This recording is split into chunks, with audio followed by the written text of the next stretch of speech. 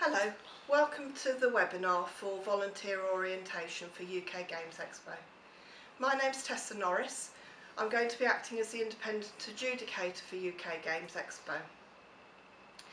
My background is NHS. I'm a registered general nurse and I have over 10 years of NHS management experience. That experience includes dealing with complaints and conflict resolution in the workplace. This evening we're going to look at a short video clip of a trailer for UK Games Expo. We're then going to do a presentation around what it means to be a volunteer and why the volunteer roles are important at UK Games Expo.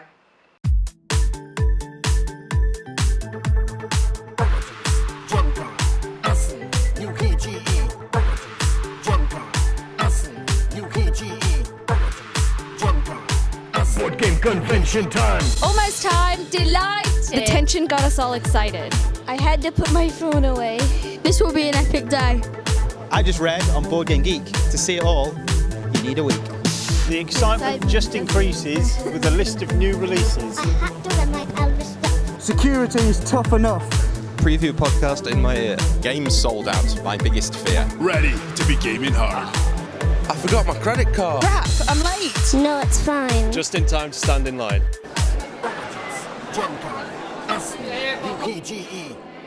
It's time.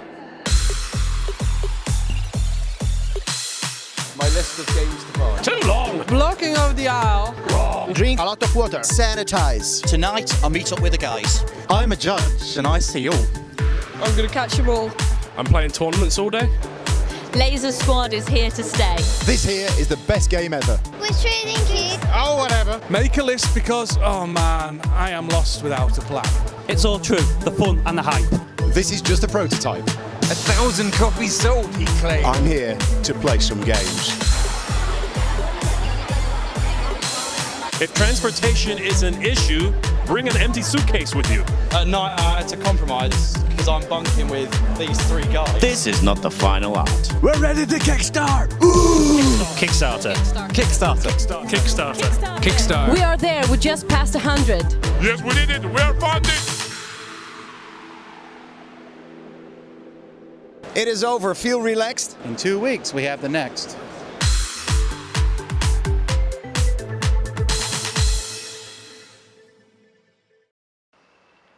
Okay, so the webinar this evening is going to cover the UK Games Expo volunteer role, why the volunteer roles are important, where the UK Games Expo started from, where it's got to in 2018 and beyond, and it's going to talk about your role at the Expo and what support is on offer for you to enable you to do that role to the best of your ability. So how did it all begin in 2007?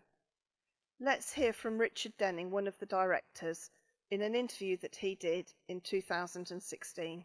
I should probably say actually congratulations, because that last Expo was not only absolutely massive but absolutely brilliant. Yeah, it's nice to get to that stage really. I mean, I remember we set up, all those years ago when we first started out, I kind of had in my mind it'd be great to do something like Essen or Gen Con or something along those lines, somewhere in between. We didn't want just the Essen model, which is essentially a trade show, but not much nothing in the evening really. It all closes down, doesn't it? And then you go back to your hotels and play games. We wanted more of a Gen Con model of events going on in the evenings and things on. We wanted people to be there for 3 days basically and not want to leave, so sort of thing. And obviously that meant getting the exhibitors in, getting the companies to come and demonstrate the games and bringing new releases and so on. But in the early days it was a lot of hard work because, first of all, no one knew who the heck we were. We hadn't established ourselves and no track records. There's no reason for believing that we'd be able to deliver on any of this stuff. So we were fairly sort of conservative. We never over-egged the pudding. We always said, in the first year we'd be good to get 400 or 500 people, and then we got 800, 1,000. And I think that helps, because I think if you go along and you say, it's going to be fantastic, we'll get 10,000 guaranteed a day, and then it doesn't turn out to be like that, then you shot yourself in the foot. And certainly that has happened over the years a few times occasionally to other conventions one hears about. And so I think, and also you've got to build a community really, a sort of And there's a lot of that with Expo. You get a lot of people you see every year that come along, names, familiar names, and you see in the queues and you see around the place, and it becomes a bit of a sort of reunion almost every year. And so, it has grown, and we've been very happy with the way it has gone. I think we might have had a little bit of luck with it, but a lot of it's just that. So let's look at where UK Games Expo began. UK Games Expo started small. A group of people who came together because they were passionate about all types of games, from miniatures, role-playing games, board games and card games. And they had a desire to create a space where people could meet, interact, play games and have fun with other like-minded people. It was run at the Clarendon Suite, a windowless Masonic lodge in Edgbaston, Birmingham. It was quite niche and had little publicity. So how is 2018 going to differ from the very first Expo?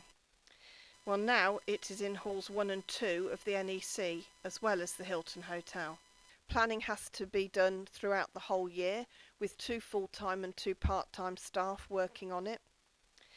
We're expecting somewhere between 18 and 20,000 uniques, individual people who attend for part or all of the weekend. There'll be over 300 volunteers helping to make sure that the Expo is a success. The marketing budget for this year is more than the total budget spent on the first convention in 2007.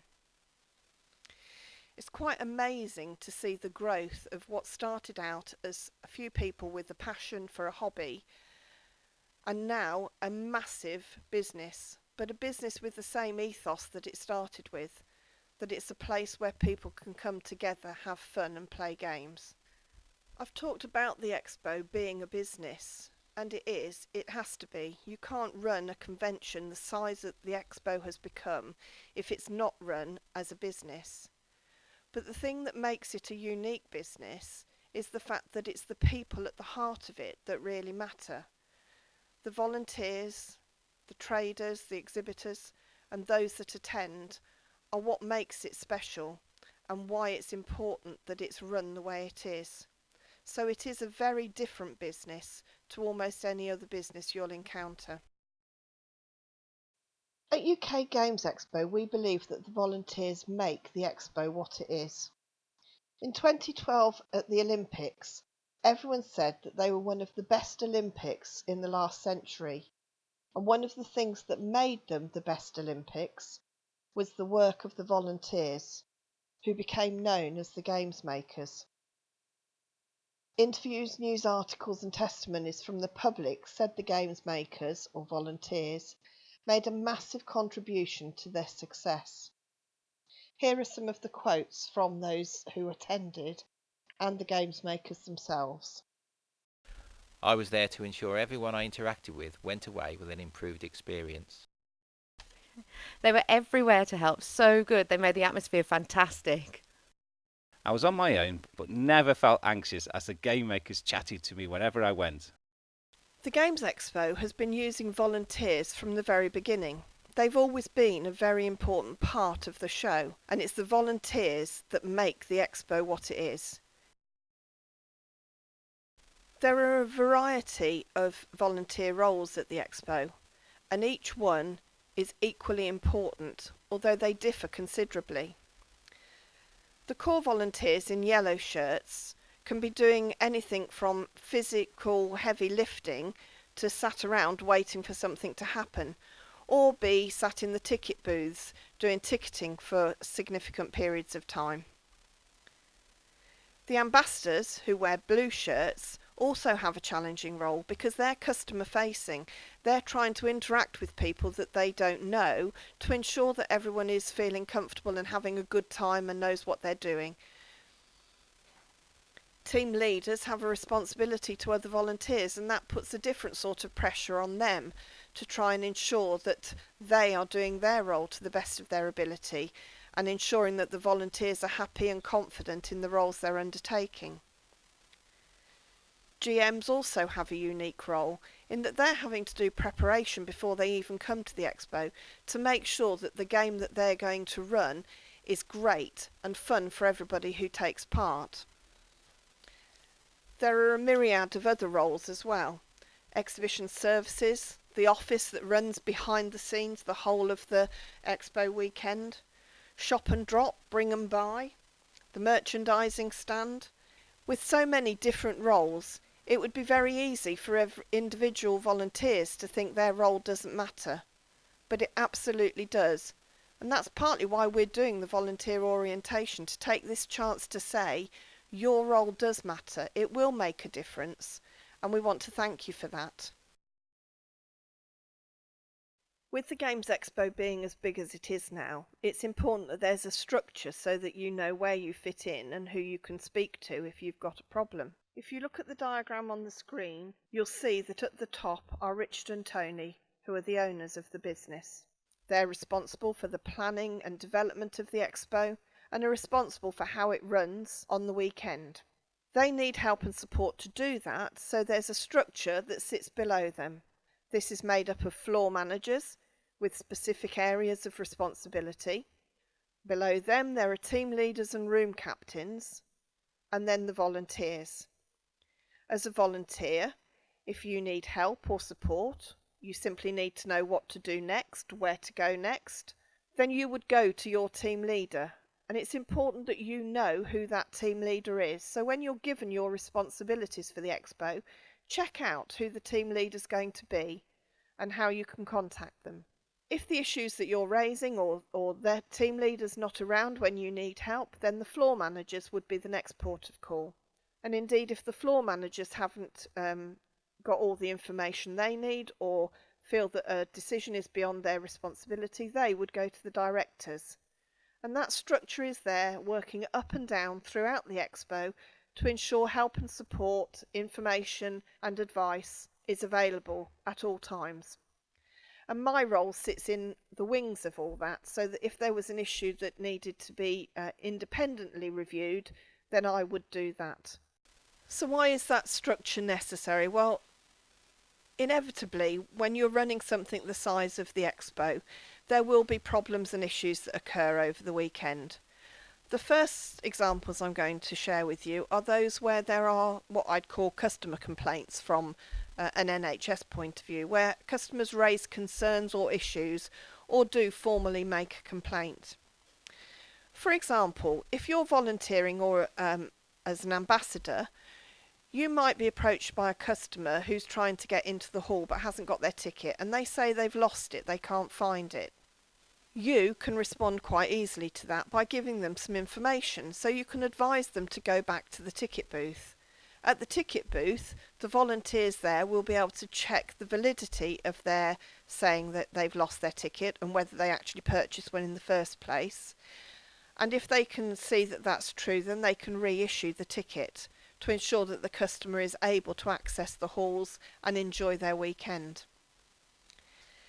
Another example would be when you have a lost parent situation. Children often lose their parents. In crowds like there are at the NEC, at the Expo, it's very easy for children to lose sight of their parents and panic.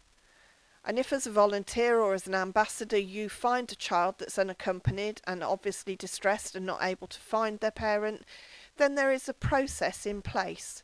We'd expect you to follow that process to firstly get another volunteer so you're not on your own with the child, and then call the team leader.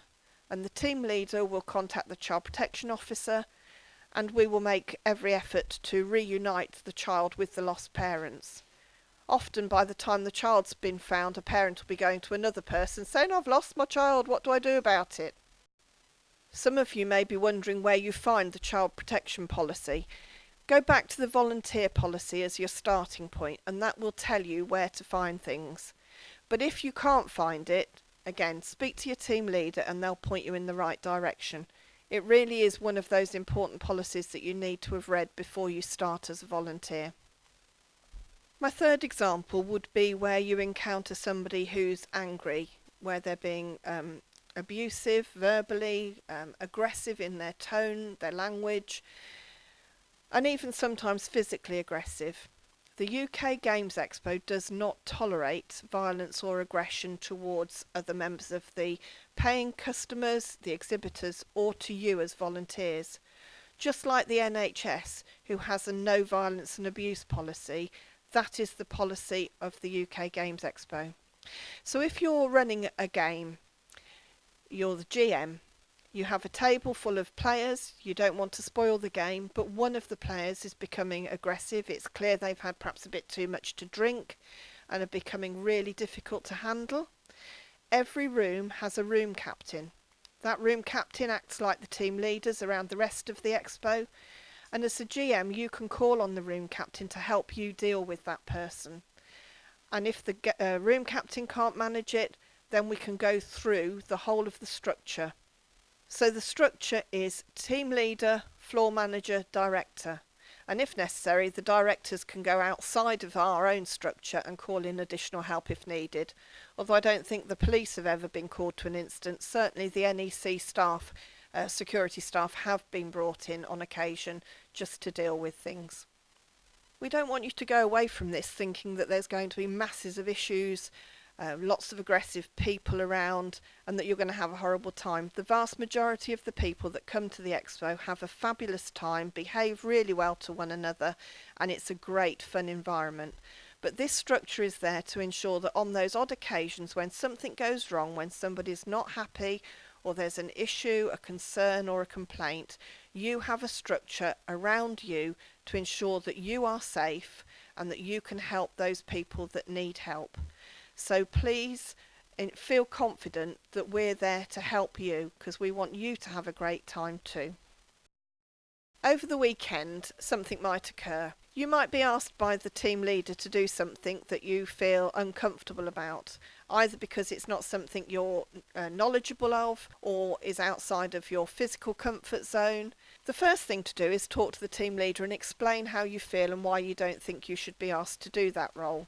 But if they're still insistent that that's part of the volunteer role and you need to do it, you can raise the issue with the floor manager. The floor manager can then look at what the team leader's asked you to do and consider whether they think it's appropriate.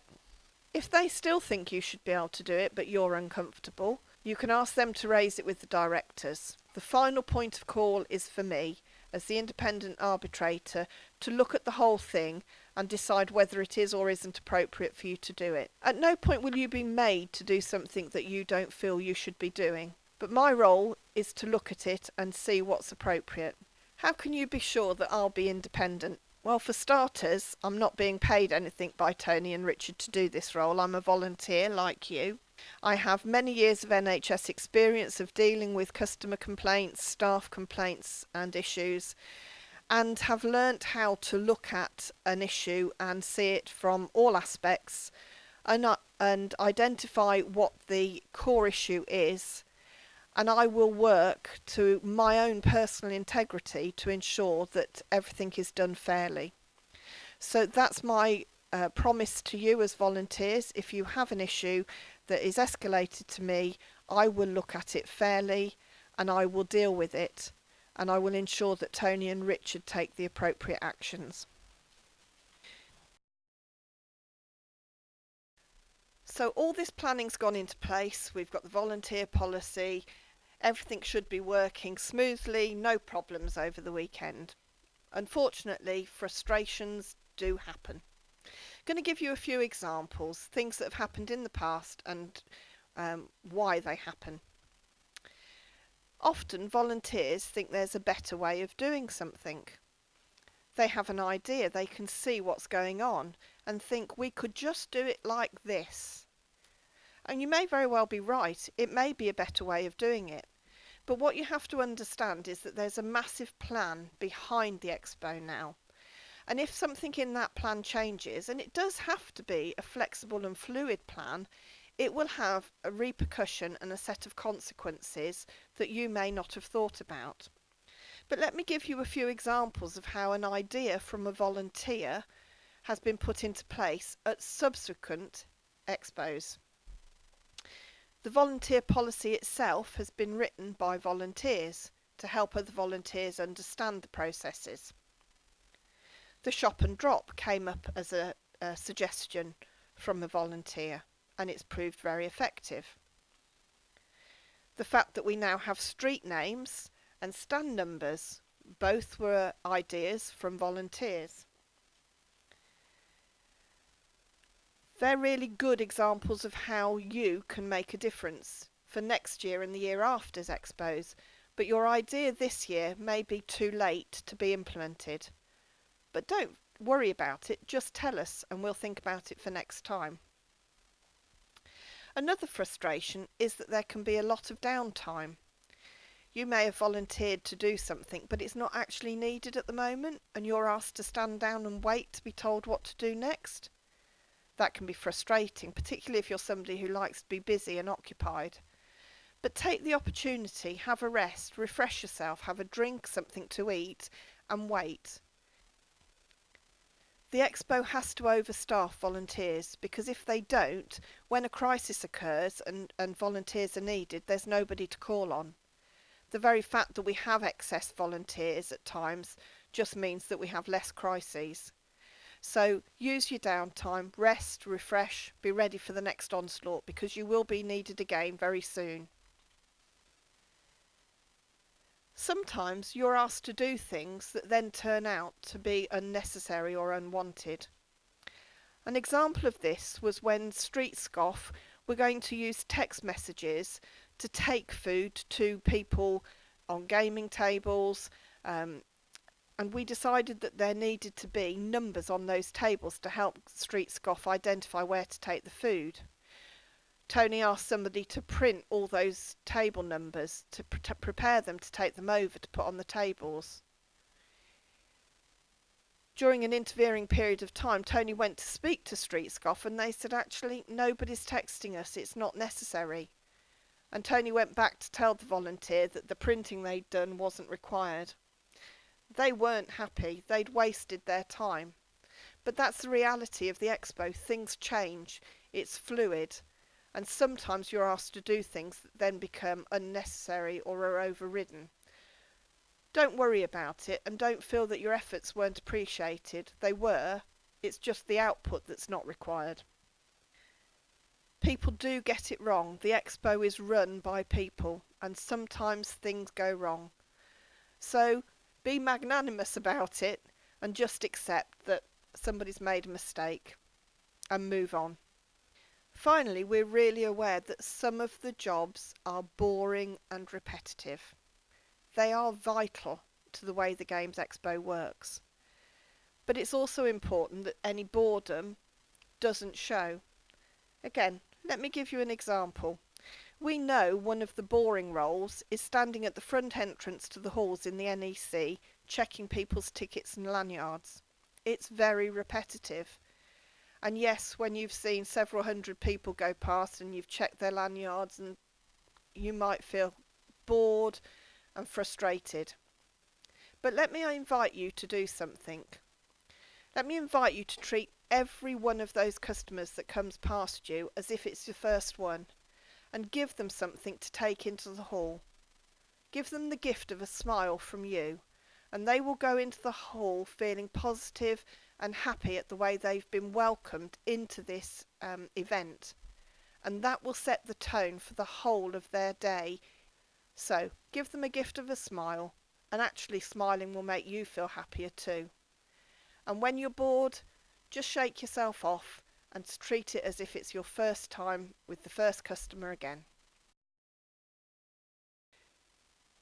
The ethos of the UK Games Expo is for everyone to have a great weekend. For that to happen, we need the volunteers and all the staff to promote a safe, happy environment so that everyone, whatever their background, can enjoy themselves and have fun.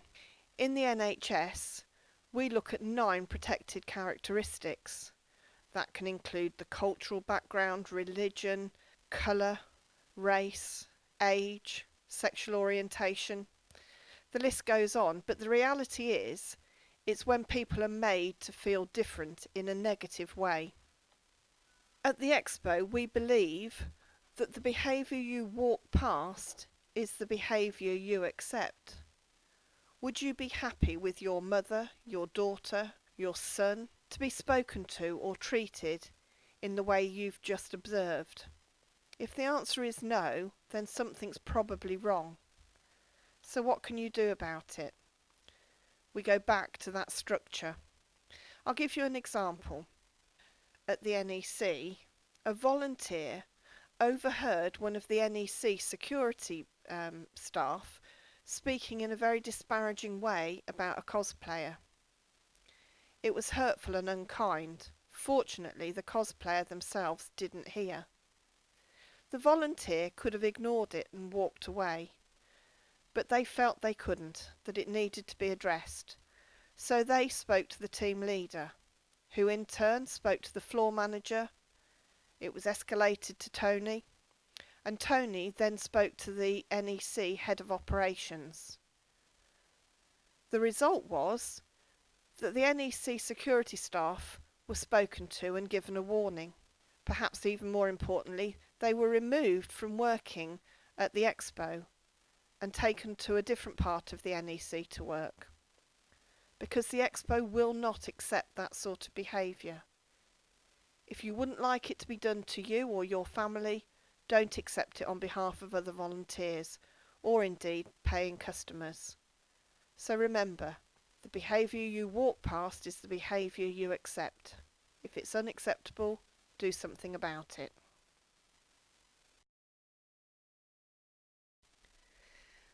So what do we want you to take away from this webinar?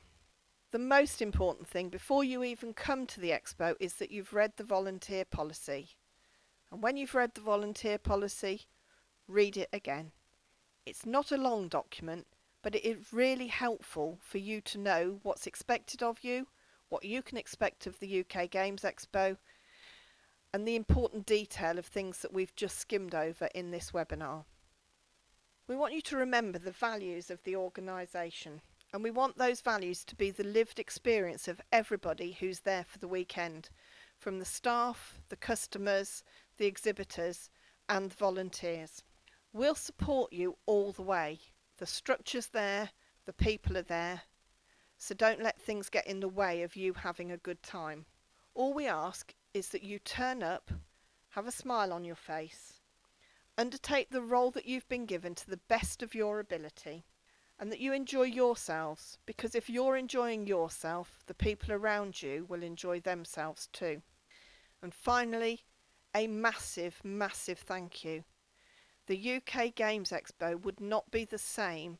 In fact, it couldn't run if we didn't have the number of volunteers with the enthusiasm and passion for gaming that you bring to the role. So please accept our thanks and enjoy the weekend.